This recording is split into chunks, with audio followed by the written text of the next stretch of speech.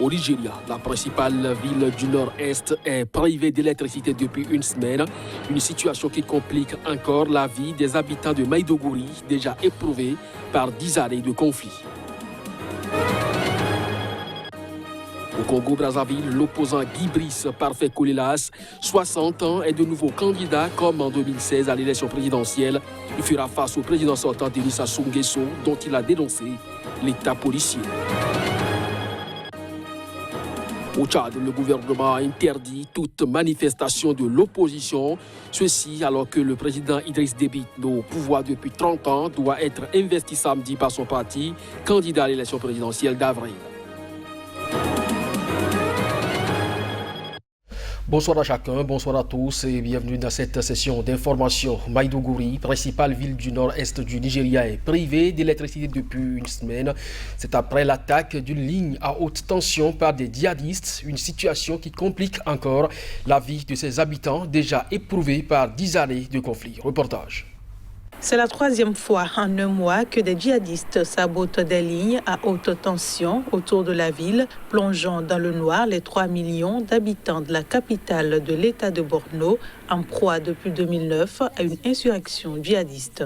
La région subit des attaques quasi quotidiennes des djihadistes de Boko Haram et du groupe État islamique en Afrique de l'Ouest ISWAP que l'armée du pays le plus peuplé d'Afrique peine à contrer. Depuis le 26 janvier et le sabotage d'une ligne électrique en périphérie de Maïdougouri par des éléments de l'ISWAP, il n'y a plus d'électricité dans la ville, ont affirmé à l'AFP des habitants et des sources au sein de la compagnie électrique. Même l'eau est devenue rare dans la ville qui dépend fortement des pompages nécessitant du courant électrique en raison du coût élevé du diesel pour faire fonctionner les pompes, ont indiqué plusieurs habitants. De longues files d'attente sont apparues aux quelques pompes encore en activité grâce à des générateurs où la population se presse avec des seaux et des jerrycans. Le prix d'un bidon d'eau de 25 litres atteint 25 naira, moins d'1 euro, contre 7 naira auparavant. Maïdougouri abrite également plusieurs camps de personnes déplacées par le conflit qui ont dû fuir leur maison et dépendent presque exclusivement de l'aide humanitaire internationale pour survivre. Mais la coupure d'électricité n'a pas affecté les camps alimentés en électricité par des installations solaires. La compagnie locale d'électricité a affirmé dans un communiqué qu'elle travaillait à réparer la ligne électrique sans donner plus de détails. Les groupes djihadistes présents dans la région ciblent fréquemment les infrastructures électriques et de télécommunications. Au Congo-Brazzaville, l'opposant Guy Brice Parfait Kolilas, 60 ans, est de nouveau candidat comme en 2016 à l'élection présidentielle. Il fera face au président sortant Denis Sassou Nguesso, dont il a dénoncé lundi l'état policier. Candidat indépendant en 2016, Guy Brice Parfait Kolilas est désormais soutenu par sa formation, l'UDH, l'Union des démocrates humanistes.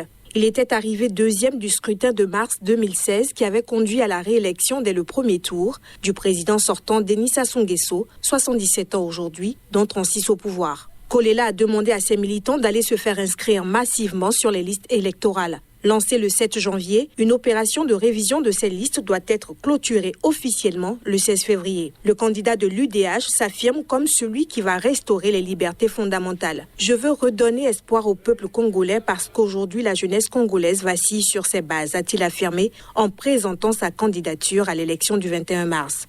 Un autre candidat s'est déclaré lundi, Albert Onyangue, ancien aide de camp du président Sassou Nguesso entre 1979 et 1992. Les candidats doivent déposer leur dossier de candidature au plus tard le 7 février à la Direction générale des affaires électorales. Au Tchad, cette fois, le gouvernement a interdit lundi plusieurs manifestations de l'opposition prévues cette semaine pour réclamer plus de justice sociale et l'alternance politique. Le président Déby Itno, au pouvoir depuis 30 ans, doit être investi samedi par son parti candidat à l'élection présidentielle d'avril prochain. Reportage.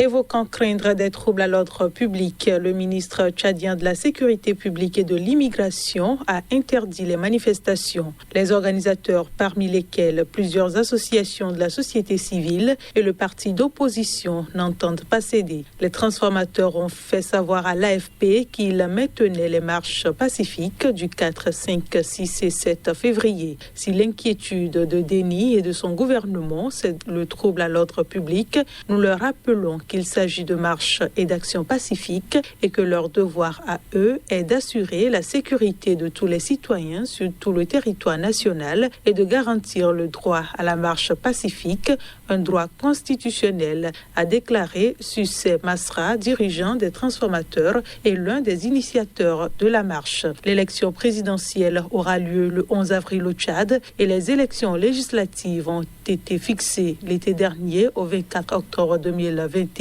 après avoir été maintes fois repoussées. Enfin, soulagement en Afrique du Sud. Le pays vient de recevoir sa première cargaison de vaccins contre Covid-19. En parlant donc de la nouvelle à ses concitoyens, le président Cyril Ramaphosa a indiqué que l'Afrique du Sud a passé le pic de la deuxième vague de cette épidémie. Reportage. Cette arrivée de la cargaison va permettre le début d'une campagne de vaccination de masse qui ciblera en priorité le personnel de santé. Les autorités prévoient à terme de vacciner d'ici la fin de l'année au moins 67% de la population, soit environ 40 millions de personnes. La télévision publique a montré le président Ramaphosa à l'aéroport international réceptionnant sous une pluie battante 1 million de doses du vaccin britannique AstraZeneca Oxford, produit en Inde, tout juste sorti des soutes d'un avion. Une livraison de 500 000 doses supplémentaires est attendue au cours du mois de février. Les injections à environ 1 200 000 membres du personnel de santé commenceront d'ici environ 2 semaines après le passage du vaccin par une nécessaire quarantaine et des procédures réglementaires et de vérification de qualité. L'arrivée du vaccin procure un grand espoir pour la remise sur pied économique et sociale de notre pays et plus important pour la santé de notre peuple, a déclaré le président Cyril Ramaphosa. Avec au moins 1 450 000 infections recensées et plus de 44 000 décès, l'Afrique du Sud affiche le pire bilan en termes de nombre de cas et de décès sur le continent. L'épidémie dans le pays le plus industrialisé a été accélérée par un nouveau variant suspecté d'être plus contagieux. Cyril Ramaphosa, en déclarant que le pays a passé le pic de la deuxième vague de contamination au virus du Covid-19, a annoncé également l'assouplissement des restrictions avant les premières vaccinations de ce mois de février. L'Afrique du Sud, qui a réceptionné ce lundi 1 million de doses du vaccin britannique AstraZeneca Oxford, produit en Inde, a informé avoir passé le pic de la deuxième vague de contamination au virus du Covid-19 avec une diminution régulière au cours des 3 dernières semaines. Le gouvernement a donc décidé d'assouplir les restrictions avant les premières vaccinations de ce mois. Cyril Ramaphosa a déclaré que personne ne sera forcé de prendre le vaccin alors que les injections à environ 1,2 million de membres du personnel de santé commenceront d'ici environ 2 semaines après le passage du vaccin par une nécessaire quarantaine et des procédures réglementaires et de vérification de qualité. Le couvre-feu sera désormais en vigueur de 23h à 4h du matin. Les établissements devront fermer à 22h pour permettre à leurs clients et à leur personnel de rentrer chez eux avant le couvre-feu. La vente d'alcool par des établissements agréés pour la consommation sur place, tels que les restaurants et les tavernes, sera autorisée tout le long de la semaine de 10h à 22h. Il est dans l'intérêt de tous que le plus grand nombre possible d'entre nous reçoivent le vaccin. Mais je veux être clair, personne ne sera obligé de prendre ce vaccin. Je le répète, personne ne sera obligé de prendre ce vaccin. Une livraison de 500 000 doses supplémentaires est attendue au cours du mois de février. Le ministre sud-africain de la Santé, Zweli Mkhize, a annoncé ce week-end avoir réservé 20 millions de doses du vaccin Pfizer-BioNTech contre le Covid-19. Elle s'ajoute aux 12 millions de doses de vaccins obtenus du système COVAX mis en place par l'OMS, aux 9 millions de doses de celui développé par le laboratoire américain Johnson & Johnson et aux 1,5 million de doses d'AstraZeneca Oxford, dont le million reçu lundi. L'ONU déterminée à accompagner les frères libyens dans la résolution des différends qui déstabilisent la Libye. L'émissaire de l'organisation onusienne les a encouragés à aller jusqu'au bout. Une nouvelle fois, les frères ennemis de la Libye se retrouvent cette fois-ci en Suisse pour avancer sur les points inscrits à l'agenda de la réconciliation. Après la liste des candidats au Conseil présidentiel, il faudra passer à l'étape suivante, choisir un nouveau Premier ministre et le Conseil. Tout doit être fait pour honorer l'échéance du 24 décembre prochain, exhorte l'émissaire de l'ONU. You have put an indelible mark on the calendar. Vous avez apposé une marque indélébile sur le calendrier pour la tenue des élections nationales le 24 décembre de cette année. Cette décision a été saluée par une écrasante majorité de vos compatriotes et c'est un engagement qui doit être honoré à tout prix. By your compatriots, and it is a commitment which must be honored at all costs. Reaching this far and achieving this progress. Arriver jusqu'ici et réaliser ces progrès dans le cadre du dialogue politique a été un voyage ardu, semé d'embûches, dont beaucoup ont pu être surmontés grâce à votre sagesse et à votre remarquable persévérance. With your wisdom and your remarkable persistence.